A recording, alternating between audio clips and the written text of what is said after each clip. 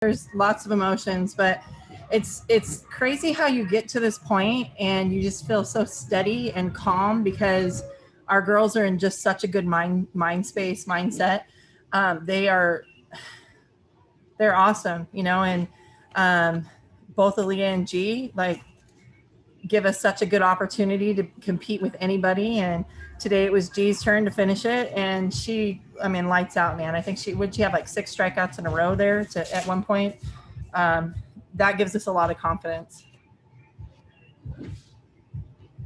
Congratulations on today's win, Coach. Talk about the pitching change. Is it something that you had thought about going into the game, and about the timing of it? What was happening that led you to make that change at that time? Yeah, so our staff actually talked about it. Last weekend we threw Aaliyah 3 times, and I don't know if that, we really did it because of senior weekend and, just giving her the opportunity to continue to keep pitching. And so they didn't get to see G much, even in G's game. She threw well, but they didn't see the G that they saw today. And so that we knew that put us in a really good spot, for the unknown and just mixing it up and changing the momentum. I didn't like that, we got ahead quick and then we kind of lost 2 innings in a row. And the momentum, I felt, it was kind of slipping away from us, and I just wanted to get it back in our hands and, bring G in, and what do you know, we go up and just hold it. So that's the blessing about having 2 and really 3 dominant pitchers with our 3-headed monster. And, the other thing too is I felt fully confident that they hadn't seen Bree this year either. And so we were sitting in a really good spot, especially at the end of the year in postseason, so you can't just win with one. And I love that we have our depth in our pitching and, the defense and the offense to back it up. You just played USF last week, but how does the approach really change when you're in a tournament setting like this? Yeah, I think for them, we just talked about it. Like, all right, last week was last week. If you're still talking about last week, you're not going to have fun today. And that's what we really said is today. And we're focusing on winning each pitch today. What we did last week was it doesn't count towards this. And so in tournament play, again, you have some people just really coming about, and there's our silent thunder, our quiet thunder, and our, biggest clutch hitter, and Chris Ordalis just getting it done like she always does. And then just goes back and sits down and acts like nothing ever happened, because that's who she is. And so I just love how we're playing right now. It's awesome to be able to play in a multi-team tournament. This is the first time we've done it all year.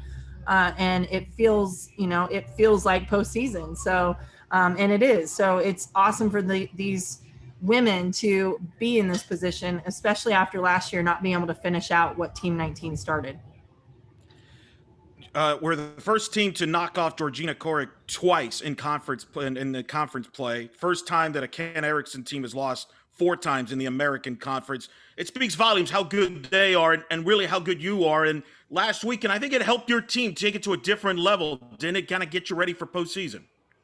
Oh, yeah, absolutely. And I'm going to tell you right now, yeah, we may have won that game, but Korick was tough, man, and she got stronger as the game went on. So I just love, as much as I want to beat that team, I love seeing that type of competitive play. It's such great softball. And like you said, last weekend, just it basically told us, like, okay, this is who we are. Now let's go. And it takes just one thing or one time for that to happen, for belief to exist. And when you believe, sky's the limit. So love to be able to do it against a pitcher like that and a team like that, a seasoned team that's always done very well in postseason. So,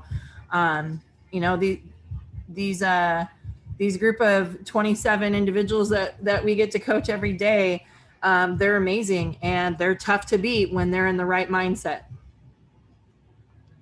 Gianna just said, doesn't matter who you play tomorrow, that the team is going to take care of its business its way.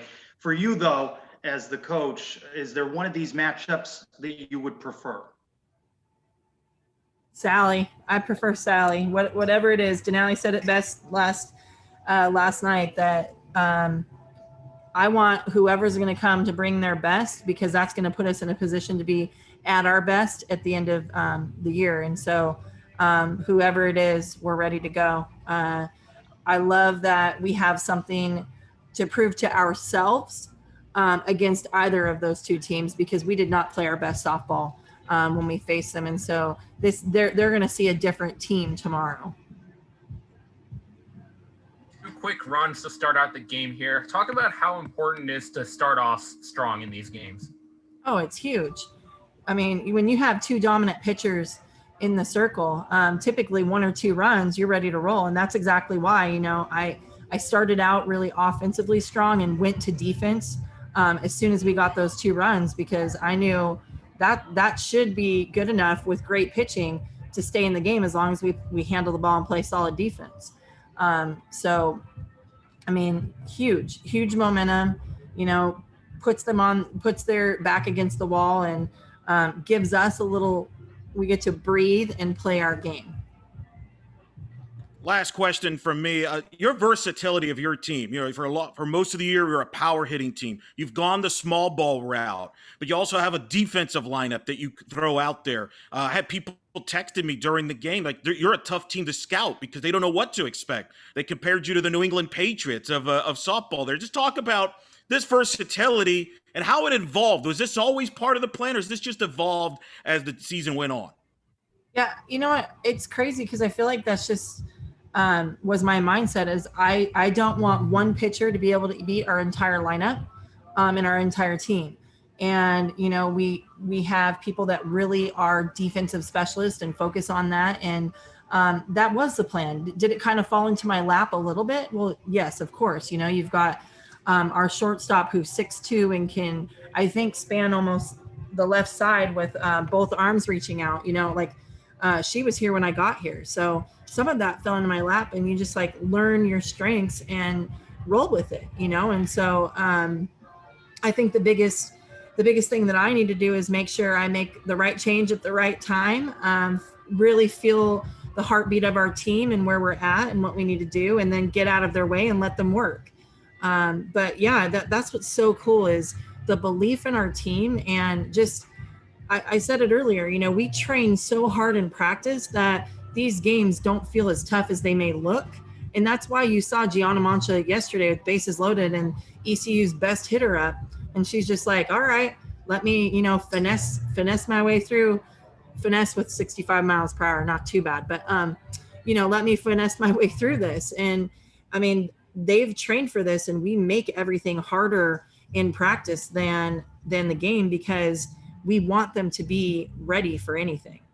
I just knew I had to have Aaliyah's back and, just keep going for the team. I knew we were going to score no matter what, because we don't go down without a fight. So I trusted them and just knew I had to get it done.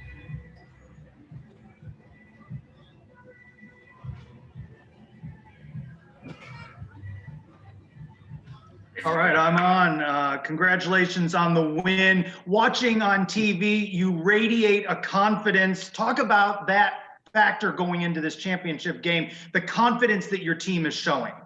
Yeah, we have a lot of confidence, and we're not going down without a fight. And our motto is just keep going. And so doing that and just having fun. So you and Aaliyah, the two-headed monster, it seems like you're both clicking right now. Is that true? Yeah, we are.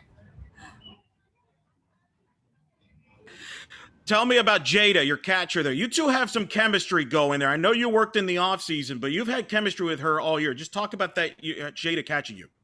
No, yeah. Me and Jada actually worked a lot over the summer when COVID happened and stuff. And, she learned how to catch me a little bit more. And it's awesome to have her behind there. And I have a lot of confidence in her, if runners are on and she's talking to me throughout each batter, she did this last time, you got this, going, whatever, so I just have a lot of confidence in her back there, as well as Carissa.